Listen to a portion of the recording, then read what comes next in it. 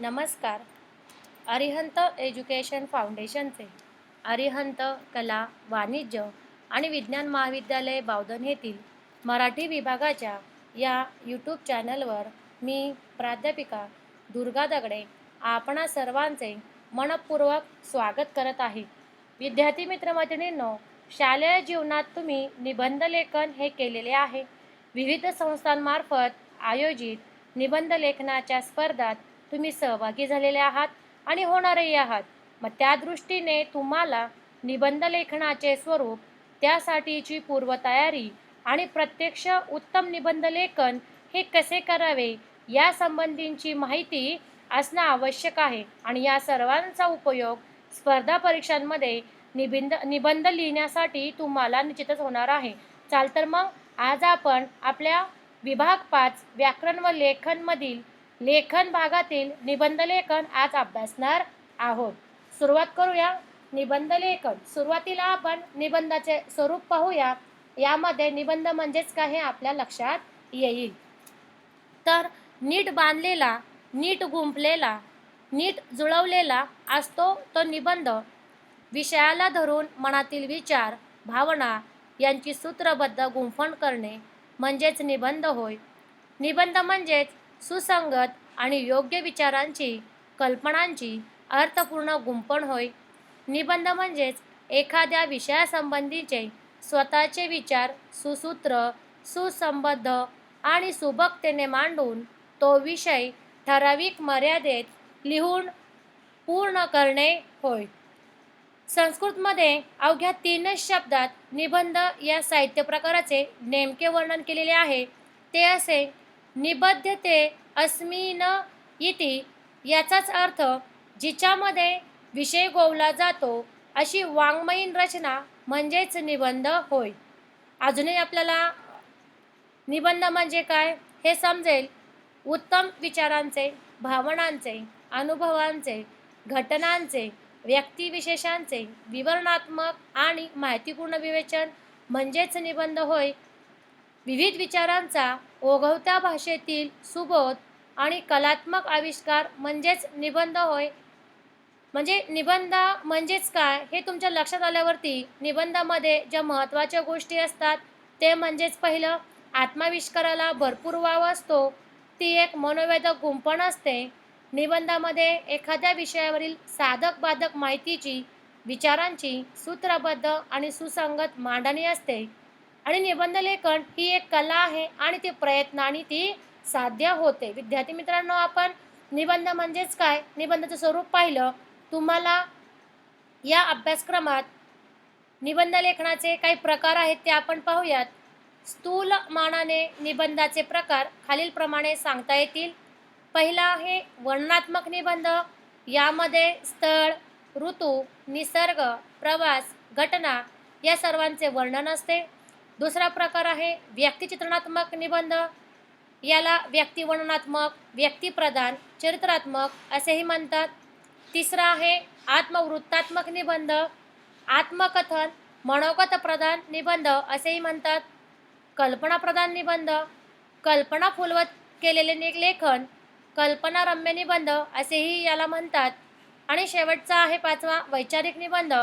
विचारप्रधान, चिंतनपर, समस्याप्रधान, चर्चात्मक निबंध अशा प्रकारे हे 5 निबंधाचे प्रकार तुम्हाला या अभ्यासक्रमामध्ये इयत्ता 12वीला अभ्यासायचे आहेत. चला तर मग सुरुवात करूया. पहिला प्रकार वर्णनात्मक निबंध. आपण पाहिलं की यामध्ये स्थळ, ऋतू, निसर्ग, प्रवास, घटना इत्यादींचे वर्णन आपल्याला पाहायला मिळते. आपण पाहिलेल्या एखाद्या दृश्याचे, वास्तूचे किंवा प्रसंगाचे हुबेहूब शब्दात रेखाटलेले चित्र वाचकांसमोर उभे करणे म्हणजेच वर्णनात्मक निबंध होय. चला तर मग या निबंधाचं स्वरूप पाहूया. आपण जे पाहिले, अनुभवले त्याचे शैलीदार वर्णन यामध्ये अपेक्षित असते. एखादे दृश्य, सहल, घटना, सण, ऋतू, प्रवास, स्थळ यांचे खरे तर शब्दचित्रच रेखाटायचे असते. लेखन करताना त्यात लालित्य आणि कलात्मकता असावी लागते. निबंध लेखाकडे कॅमेरासारखी तीक्ष्ण नजर जर असेल तो तपशिलाने निरीक्षण करू शकतो. म्हणजेच सूक्ष्म निरीक्षण हे वर्णनात्मक निबंधाचे शक्तिस्थान असते. वर्णनाला भाषिक अलंकाराचे पाठबळ असते. शिवाय भाषा ही ओघवती असते आणि त्यामध्ये भावनांचे, कल्पनांचे, विचारांचे गहिरे रंग भरणे हे तितकेच महत्त्वाचे असते. आणि आपण पाहतोय की अधूनमधून ही भाषिक सौंदर्य कणांची उधळण हवी. थोडक्यात सांगायचं म्हणजेच वर्णनात्मक निबंधामध्ये भाषेचे महत्त्व हे अनन्यसाधारण असते. उदाहरणार्थ काही नमुना आपण निबंध इथे पाहूया. पहिला, आमची अविस्मरणीय सहल, वसंत ऋतू आणि मी पाहिलेला क्रिकेटचा सामना. दुसरा प्रकार आहे व्यक्तिचित्रणात्मक निबंध. यालाच व्यक्तिवर्णनात्मक, व्यक्तिप्रधान, चरित्रात्मक असेही म्हणतात. पहा, व्यक्तीचे शब्दचित्रण करणारा निबंध म्हणजेच व्यक्तिचित्रणात्मक निबंध होय. चला तर मग याचं स्वरूप पाहूया. मग ही व्यक्ती कोण असते? तर ती कुणीही असू शकते. अगदी आई, वडील, काका, फेरीवाला, पेपरवाला, पोस्टमन, भाजी विक्रेते, शेतमजूर, शिक्षक, डॉक्टर, लोकप्रतिनिधी, पोलीस अधिकारी, कलावंत अशी कुणी. पण अट फक्त एकच, ती म्हणजे नेमक्या शब्दांच्या माध्यमातून त्या व्यक्तीचे हुबेहूब चित्तवेधक कलात्मक शब्दचित्र उभे करता आले पाहिजेच. आणि व्यक्तिचित्रणात्मक निबंध वाचताना ती व्यक्ती वाचकांच्या डोळ्यापुढे उभी राहिली पाहिजे. अशा निबंधात त्या व्यक्तीचे संपूर्ण जीवनचरित्र हे तपशीलवारपणे लिहिणे अपेक्षित नसते. तथापि त्या व्यक्तीची शरीरयष्टी, सवयी, लकबी, रंगरूप, पेहराव, स्वभाव, व्यक्तिमत्वाची वैशिष्ट्य यांचं वर्णन करणं हे आवश्यक असते. व्यक्तिचित्रण म्हणजेच केवळ त्या व्यक्तीच्या माहितीचा तपशील नव्हे, तर त्या व्यक्तीच्या व्यक्तिमत्वाचे, कर्तृत्वाचे सुसंगत आणि लालित्यपूर्ण शब्दचित्र असते. आणि ते वाचून वाचकाला साहित्यिक आनंद आणि प्रेरणा मिळते.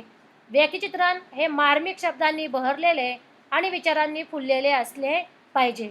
आपण उदाहरणार्थ काही नमुनाविषय पाहूयात. माझे आवडते शिक्षक, माझी आई.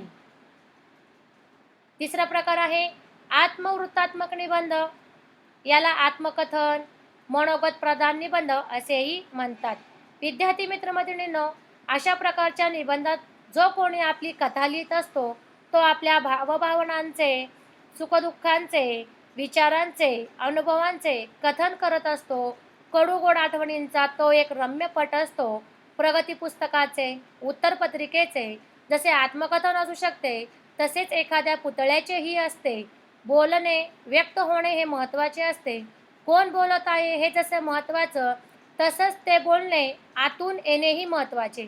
म्हणजेच त्या व्यक्त होण्यात उमाळा असला पाहिजे, काहीतरी वेगळे सांगण्याची उर्मी असली पाहिजे आणि त्या आत्मकथनाला भावनांचा स्पर्श लाभला पाहिजे. आत्मकथनात्मक निबंधात हा मी महत्त्वाचा असतो. तो तर हवाच, तरच ते आत्मकथन. पण आत्मकथनात मीपणा नसावा. आता पहा, नदीची आत्मकथा लिहिताना एखादी नदी प्रत्यक्षात समोर अवतीर्ण होऊन तुमच्याशी बोलणार नसते. तिथे ती बोलते आहे अशीच कल्पनाच ती करावी लागते. म्हणजेच मी रस्ता आहे असं समजून रस्त्याची कैफियत, त्याचे मनोगत, गाऱ्हाणे, अनुभव शब्दबद्ध करणे हे जसं अवघड नाही, मात्र त्यासाठी विषयाशी प्रयत्नपूर्वक एकरूप व्हावे लागते.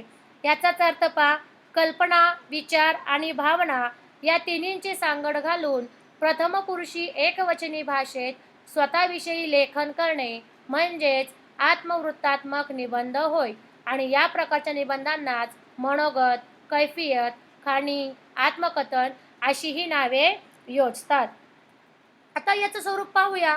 अशा प्रकारच्या निबंधामध्ये ज्याचे आत्मकथन करायचे त्याच्या अंतरंगात मानाने शिरून आपण त्याची सुखदुःखे, अनुभव यांच्याशी एकरूप होऊन कथन करायचे असते. आता या कथनामध्ये कल्पनाविलासाला भरपूर वाव असतो. दिलेल्या विषयाच्या अनुषंगाने घडलेल्या प्रसंगाचे संगतवार कथन करण्यापेक्षा काही निवडक प्रसंग चटकदार पद्धतीने लिहिणे हे परिणामकारक ठरते आणि या प्रकारचा निबंध लिहिताना त्या व्यक्तीच्या अंतरंगात शिरावे लागते. म्हणजेच परकाया प्रवेश हा करावा लागतो. म्हणजे उदाहरण पाहूया, नमुनाविषय पाहूयात. आईस्क्रीमचं मनोगत, शेतकऱ्याचे मनोगत, सैनिकाचे आत्मवृत्त. आता अशा प्रकारचे निबंध लिहिताना आपल्याला त्या व्यक्तीच्या अंतरंगात शिरावं लागते. यामध्ये आईस्क्रीम असेल, शेतकरी असेल, सैनिक असेल. चाल तर मग पुढचा प्रकार पाहूया. कल्पना प्रधान निबंध. कल्पना फुलवत केलेले लेखन किंवा कल्पनारम्य निबंध असेही याला म्हणतात. या प्रकारच्या निबंधामध्ये कल्पनाविलासाला महत्त्व दिले जाते. सहज, सुंदर, वैविध्यपूर्ण आणि नवनवीन कल्पनांच्या उत्तुंग भराऱ्यांनी हा निबंध प्रकार नटलेला असतो. परंतु त्याला न्याय देण्यासाठी कल्पना ही शब्दात गुंफण्याची चांगली तयारी असावी लागते. आता मी पक्षी झालो तर हा विषय वाचताक्षणी तोच लिहायचा असा मोह विद्यार्थ्यांना होतो. पण 5-10 वाक्यानंतर आगळ्या वेगळ्या कल्पना सुचणे थांबले तर मात्र आपली अडचण होते. मग ती होऊ नये यासाठी विविध स्वरूपाच्या कल्पना करण्याचा सवय ही असावी लागते. कल्पनेच्या दुनियेत रमण्याचा रियाज करावा लागतो. तसं तो फारसा अवघड नसतो. प्रयत्नातून तो साध्य होऊ शकतो. एका कल्पनेतून दुसरी, दुसरीतून तिसरी आणि चौथी अशी एकापेक्षा एक सुंदर सुंदर कल्पनांची साखळी ही आपल्याला जोडता आली पाहिजे. आणि अनोख्या कल्पनांनी नटलेला हा निबंध वाचकाला नक्कीच गुंतवून ठेवतो. चल तर मग या कल्पनाप्रधान निबंधाचा आपण नमुनाविषय पाहूयात. पहिला आहे, मी अभिनेता झालो तर किंवा मी अभिनेत्री झाले तर आणि परीक्षा बंद झाल्या तर. आणि आपला पुढचा प्रकार आणि शेवटचा जो निबंधाचा प्रकार आहे वैचारिक निबंध. याला विचारप्रधान, चिंतनपर, समस्याप्रधान, चर्चात्मक निबंध असेही म्हणतात. वैचारिक निबंध म्हणजेच विचारांवर आधारलेला निबंध होय. एखाद्या विचाराला, समस्येला प्राधान्य देऊन त्यासंबंधीची साधक बाधक चर्चा करणारा निबंध म्हणजेच वैचारिक निबंध होय. आता उदाहरणार्थ पाहूया. काय श्रेष्ठ, मन का मनगट? म्हणजे असा विषय दिला असेल तर मन आणि मनगट या दोन्ही बाजूंचे गुणदोष, त्यांच्या संदर्भातील अनुकूल प्रतिकूल मते, त्यांचे खंडन मंडन, साधक बाधक चर्चा, एखाद्या विषयासंबंधीचे चिंतन या सर्व गोष्टी वैचारिक निबंध लेखनात असणं अपेक्षित आहे. त्यामुळे निबंध हा एकांगी होत नाही, तसेच तो पूर्वग्रह दूषितही होणार नाही. अशा प्रकारच्या निबंधाच्या समारोपात निबंध लेखकाने कोणत्याही एका निश्चित निष्कर्षाप्रत पोहोचणे अपेक्षित असते. निबंधाच्या विषयाचा परिपूर्ण विचार कमीत कमी शब्दात मांडण्याचे कौशल्य अशा प्रकारच्या निबंधात आवश्यक असते. आणि अशा प्रकारच्या निबंधात केवळ गंभीर विषय हाताळावेत असे नाही, तर हलके फुलके विषयही पुरेशा गांभीर्याने हाताळता येतात. त्यासाठी लेखकाला विचारांची पद्धतशीर, तर्कशुद्ध मांडणी ही करता आली पाहिजे. आणि आपले विचार पटवून देण्यासाठी या निबंधामध्ये काही दृष्टांत, दाखले, उदाहरणेही देता आले पाहिजेत. आता उदाहरणार्थ आपण काही नमुनाविषय पाहूयात. वैचारिक निबंधाचे नमुनाविषय पहा. 1. मोबाईल शापकी वरदान. 2. पर्यावरणापुढील आव्हाने. आणि 3. देशाच्या प्रगतीतील महिलांचे योगदान. विद्यार्थी मित्रमैत्रिणींनो, आपण निबंध लेखन म्हणजेच काय आणि निबंधाचे प्रकार अभ्यासले. पण प्रत्यक्षात निबंध लेखन करायचे त्यासाठी काही पूर्वतयारी आपल्याला करावी लागेल. मग ती पूर्वतयारी कशी करायची, मग पूर्वतयारीसाठी कोणकोणत्या गोष्टी महत्त्वाच्या आहेत ते आता आपल्याला पाहायचं आहे. तर यामध्ये आपल्याला निबंध लेखनाची पूर्वतयारीसाठी श्रवण, संभाषण, वाचन, लेखन, निरीक्षण, शब्दसंपत्ती आणि सराव यावरती भर दिला पाहिजे. चल तर मग सुरुवात करूया. निबंध लेखनाची पूर्वतयारी यामध्ये श्रवण. आतापर्यंत तुम्ही श्रवण हे भाषिक कौशल्य बऱ्यापैकी आत्मसात केलेले आहेच. श्रवणातून शब्दसंपत्ती आणि विचार प्रक्रियेचा विकास होतो आणि त्यामुळे आता हेच कौशल्य आणखीन आपल्याला वाढवायचे आहे. त्यासाठी सकस भाषणे, चर्चा ऐकायचे आहेत, रेडिओ आणि दूरदर्शनवरील श्राव्य कार्यक्रम ऐकायचे आहेत, वक्तृत्व स्पर्धामधील भाषणे ऐकायची आहेत, आंतरजालावर उपलब्ध असलेली उत्तमोत्तम व्याख्याने आपल्याला ऐकायची आहेत, सुंदर अर्थपूर्ण गाणी ऐकायची आहेत. अशा श्रवणातून निबंध लेखनास आपल्याला उपयोगी पडेल अशी बरीचशी माहितीही मिळणार आहे. पुढचं आहे संभाषण. संभाषणातून भाषेच्या उपयोजनाची संधी मिळते, विचाराला चालना मिळते. जेव्हा जेव्हा शक्य होईल तेव्हा तेव्हा वक्तृत्व स्पर्धांमध्ये, परिसंवादांमध्ये, चर्चामध्ये सहभागी व्हा.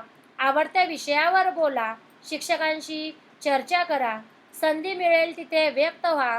त्यामुळे भाषेमध्ये सहजता, प्रवाहीपणा येण्यास मदत होईल आणि तो निबंध लेखनासाठी उपयुक्त ठरणार आहे. पुढचं आहे वाचन. विद्यार्थी मित्रमैत्रिणींनो, भरपूर वाचन करा. दैनिक वृत्तपत्रे, अन्य नियतकालिके, आवडीची पुस्तके वाचत राहा. आंतरजालावरही वाचनीय मजकूर उपलब्ध असतो, तो वाचा. पाठ्यपुस्तकातील गद्य पद्य पाठांशी मिळते जुळते लेखन पूरक वाचन करत राहा. रसिक वाचन व्हा. वाचनाने भाषा विकसित होईल, शब्दसंपत्ती वाढेल, विचारांची मांडणी कळेल, विचाराला चालना मिळेल, सर्जनाची प्रेरणा मिळेल आणि निबंध लेखनासाठी निवडलेल्या विषयासंबंधाने वाचन हे तुम्हाला करायचं आहे. पुढचं पाहूया. लेखन. तुमच्या श्रवण, संभाषण, वाचन यामध्ये जे जे तुम्हाला आवडले, सुचले, पटले ते लिहून ठेवा. तुमच्या वाचनात, ऐकण्यात जी जी उपयुक्त माहिती येईल ती माहिती वहीत तत्परतेने लिहून ठेवा आणि ही माहिती फावल्या वेळात वाचत राहा.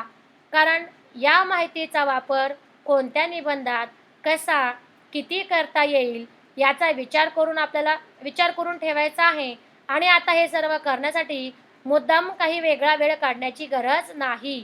येता जाता, विश्रांतीच्या वेळी, फावल्या किंवा रिकाम्या वेळी तुम्ही हे सर्व करू शकता आणि हे सर्व सहजपणे आवडीने करण्याची सवय लावून घ्या. यालाच व्यासंगाची सुरुवात म्हणता येईल आणि तो पुढे वाढवत न्या. विविध विषयांची सखोल माहिती लिखित स्वरूपात सतत जवळ ठेवणे हे तुमच्या निबंध लेखनाचे बीजभांडवल आहे. लेखनाच्या सरावामुळे विचारांमध्ये नेमकेपणा येऊन शब्दांकनाचा सराव होतो. पुढचं आहे निरीक्षण. आपल्या भोवती घडणाऱ्या घटनांचे बारकाईने निरीक्षण करा. एखादे प्रदर्शन, मंडई, रेल्वे स्टेशन, ग्रंथालय, उपहारगृह, बाजार, मेळावे, सभा, संमेलने अशा ठिकाणी कोणकोणत्या घडामोडी घडत असतात, तिथली माणसे, त्यांचे संवाद, त्यांचा पेहराव, हालचाली इत्यादी सहजपणे बघत राहा. निसर्गाचे, पशुपक्ष्यांचे, क्रिकेट मॅचचे, रहदारीचे निरीक्षण करा आणि हे सर्व येता जाता होऊ शकते आणि या निरीक्षणामधूनच तुम्हाला साध्या साध्या गोष्टीमध्येही मोठा आशय गवसेल, जो निबंध लेखनाला उपयोगी पडू शकतो. विशेषतः वर्णनात्मक निबंधात हे निरीक्षण तुम्हाला खूपच उपयोगी पडणार आहे. पुढचा आहे शब्दसंपत्तीचा विकास. शब्दांचे महात्म्य संत श्रेष्ठ ज्ञानेश्वरांनी पुढील ओवीत सांगितलेले आहे. ती ओवी मी तुम्हाला सांगते. जैसे बिंब तरी बचके एवढे, परिप्रकाशा त्रैलोक्य थोकडे, शब्दांची व्याप्ती तेने पाडे, अनुभवावी. श्री ज्ञानेश्वरीमधील अध्याय 4 ओवी क्रमांक 215. जसे सूर्यबिंब दिसायला तळहाता एवढेच दिसते, पण त्रिभुवने उनी पडावीत इतका त्याचा प्रकाश असतो, अगदी त्याचप्रमाणे शब्दांचे व्यापकपणही तुमच्या अनुभवास येईल. यामध्ये उत्तम निबंध लेखनासाठी शब्द निवडीचे महत्त्व सर्वात जास्त असते. म्हणून तुम्ही शब्दांची संपत्ती मिळवा, वाढवा, शब्द श्रीमंत व्हा. या शब्द श्रीमंतीचा अचूक, नेमका, योग्य आणि परिणामकारक वापर केव्हा आणि कसा करायचा याचे कौशल्य तुम्ही आत्मसात करा. समानार्थी शब्द, विरोधार्थी शब्द, एका शब्दाबद्दल अनेक शब्द, अनेक शब्दाबद्दल एक शब्द, तत्सम शब्द, सुंदर वचने, वाक्प्रचार, म्हणी, काव्यपंक्ती, संस्मरणीय अवतरणे, अलंकारिक वाक्ये, छोटेसे चुटके इत्यादीचा संग्रह हा तुमच्याकडे असला पाहिजे. आणि शेवटचा आहे 5 सराव. उत्तम निबंध हा लिहिता यावा यासाठी लेखन सराव हा तुम्हाला असलाच पाहिजे. कारण एकाच निबंधाची सुरुवात वेगवेगळ्या पद्धतीनं कशी करता येईल किंवा एकाच निबंधाचा समारोप हा वेगवेगळ्या प्रकारांनी कसा करता येईल, एकाच निबंधाचा मध्य वेगवेगळ्या मुद्द्यांनी कसा विस्तरित करता येईल याचा सराव करा. करून तर पहाच. रोज 8 ते 10 वाक्य लिहिल्याशिवाय झोपू नका. प्रसंगी पाठ्यपुस्तकातला एखादा उतारा लिहा, पण लिहा. कारण लिहिण्याचा सराव ही उत्तम निबंध लेखनाची सर्वात उत्तम पूर्वतयारी आहे. स्वतःच्या शब्दात स्वतःचे अनुभव लिहिणे हा उत्तम सराव आहे. थोडक्यात म्हणजेच उत्तम निबंध लेखनाची पूर्वतयारी करणे म्हणजेच सर्वांगाने व्यासंगी होणे होय. लेखन विषय हा क्रमाक्रमाने कसा फुलवता येईल, तो सुसूत्रपणे कसा मांडता येईल, त्यासाठी स्वतःचे शब्द, स्वतःची भाषा, स्वतःची शैली कशी विकसित करता येईल याचा विचार केला पाहिजे. चिंतन मनन केले पाहिजे. आपले लेखन सहज, सुलभ, प्रवाही, अर्थवाही शब्दात कसे होईल आणि वाचकांना ते वाचावेसे कसे वाटेल हाही विचार मनात सतत घोळू द्यायचा आहे. विद्यार्थी मित्रमैत्रिणींनो, आपण निबंध लेखनासाठी जी पूर्वतयारी असणार आहे ती पाहिलेली आहे. आता प्रत्यक्षामध्ये उत्तम निबंध लेखन हे करायचं कसं, तर ते आता आपल्याला पाहायचं आहे. तर निबंध लेखन करताना आपल्याला काही महत्त्वाच्या बाबी ह्या लक्षात ठेवायच्या आहेत, म्हणजे यांचा वापर आपल्याला निबंध लेखनात करायचा आहे. चाल तर मग पाहूया. पहिला आहे आकर्षक सुरुवात, एकात एक गुंफलेले संयुक्तिक मुद्दे आणि परिणामकारक शेवट. दुसरा आहे म्हणी, वाक्प्रचार, सुभाषिते इत्यादींचा सुयोग्य वापर, अवतरणांचा गरजेनुसार आणि प्रमाणशीर वापर, अर्थपूर्ण शब्दरचना, विरामचिन्हांचा आवश्यक तेथे वापर, परिच्छेद रचना, लेखन नियमानुसार सुवाच्य शब्द लेखन, प्रासादिक भाषाशैली, पालनाळ आणि पुनरुक्ती होणार नाही याबाबत घेतली जाणारी दक्षता आणि स्वतःच्या शब्दात अभिव्यक्ती असावी, अन्य ठिकाणाहून मजकूर उतरून काढलेला नसावा. अशा प्रकारचं जर आपण निबंध लेखन केलं, या सगळ्या महत्त्वाच्या बाबींचा आपण निबंध लेखनात उपयोग केला तर साहजिकच आपला निबंध हा उत्तम असा होणार आहे. पण या ठिकाणी उत्कृष्ट निबंध कसा असावा या संबंधीचं मी विवेचन केलं.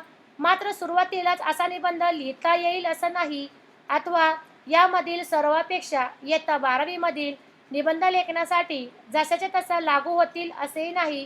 परंतु भविष्यामध्ये महाविद्यालयीन स्तरावर स्पर्धा परीक्षांसाठी अथवा एखाद्या स्पर्धेत सहभागी होताना हे विवेचन तुम्हाला मार्गदर्शक ठरणार आहे. चाल तर मग विद्यार्थी मित्रमैत्रिणींनो, तुम्हाला निबंध लेखन समजलं असं ग्राह्य धरून मी तुम्हाला स्वयं अध्ययनासाठी काही कृती देत आहे.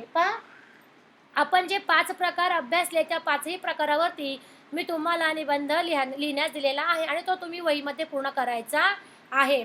पहिला आहे वर्णनात्मक निबंध. यामध्ये पहाटेचे सौंदर्य, आमची अविस्मरणीय सहल. दुसरा व्यक्तिचित्रणात्मक निबंध, माझा आवडता कलावंत, माझे आवडते शिक्षक. आत्मवृत्तात्मक निबंध, मी सह्याद्री बोलतोय. वृत्तपत्रांचे मनोगत. कल्पनाप्रधान निबंध, सूर्य मावळला नाही तर, पेट्रोल संपले तर. आणि वैचारिक निबंध, तंत्रज्ञानाची किमया आणि वाचते होऊया. विद्यार्थी मैत्रिणींनो, मी तुम्हाला ज्या ज्या काही महत्त्वाच्या गोष्टी सांगितलेल्या आहेत त्या तुम्ही लक्षात घेऊन हा निबंध, हे सर्व निबंध लिहिण्याचा तुम्ही प्रयत्न करायचा आहे. चला तर मग आपण आज इथेच थांबूया. आज आपण आपला विभाग 5 व्याकरण व लेखन हा पूर्ण केलेला आहे. चाल तर मग धन्यवाद. पुन्हा भेटूया नवीन घटक घेऊन.